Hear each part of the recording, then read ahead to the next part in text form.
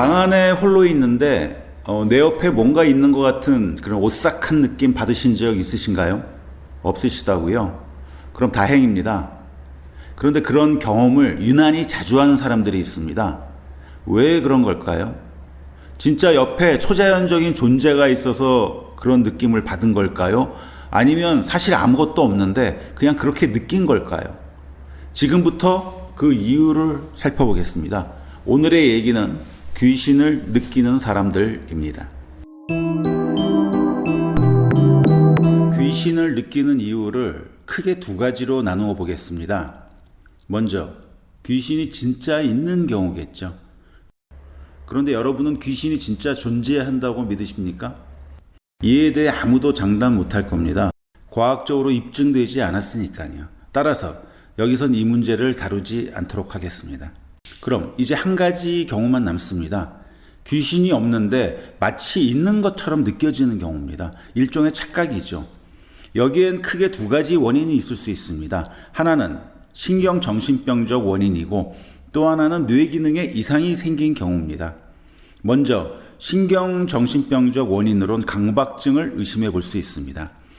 강박증의 대표적 증상은 상상 속의 무서운 일이 현실에서도 일어날 것 같은 불안감입니다. 버려진 폐가에서 사람들이 귀신을 자주 목격하는 이유는 귀신이 있을 것 같다는 암시가 환각이나 환청을 불러오기 때문입니다. 이번엔 뇌 기능에 문제가 생긴 경우를 살펴보겠습니다. 여러분, FOP란 말 들어보셨나요?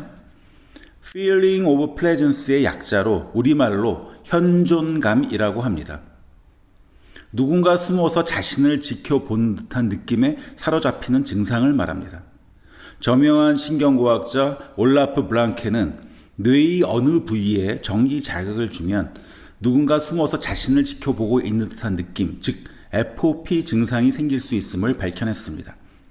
그 부위의 이름은 왼쪽 측 후두 옆 접합점입니다. 이곳은 자신의 몸을 하나로 지각하는 기능을 갖고 있다고 합니다.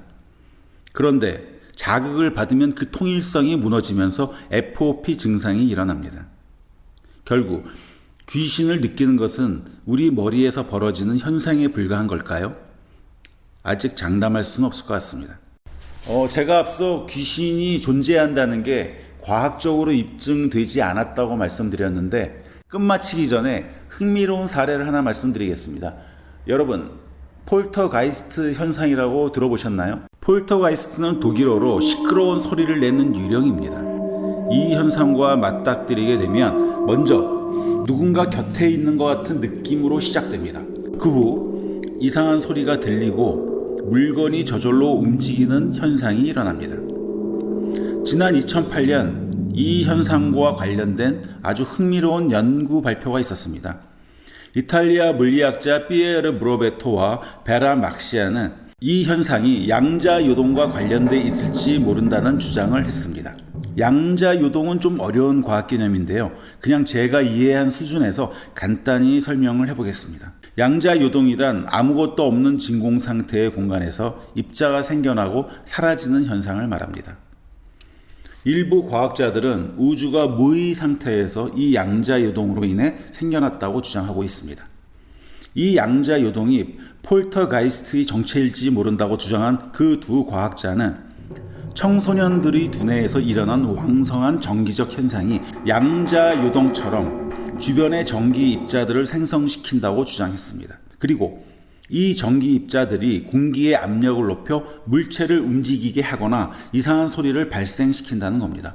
물론 이것은 아직 입증되지 않은 가설입니다. 이와 관련된 자료를 링크로 걸어놓겠습니다. 잘 보셨나요? 오늘 내용을 정리해 보겠습니다. 우리는 혼자 있을 때 주위에 누가 있는 것 같은 오싹한 느낌을 받을 수 있습니다. 그 이유는 두 가지인데요. 첫째는 강박증에 따른 정신병적 현상입니다. 이것이 심해지면 환청, 환각을 불러일으킵니다. 두 번째는 뇌 자극에 따른 FOP, 즉 현존감이 발생한 경우입니다. 그 밖에 폴터가이스트 현상을 양자요동으로 설명한 과학 가설에 대해 설명을 드렸습니다. 이 외에 다른 이유나 과학적 가설이 있다면 댓글을 남겨주시기 바랍니다. 아울러 지금까지 설명드린 부분 중에서 잘못된 부분이 있으면 역시 댓글로 남겨주시기 바랍니다. 감사합니다.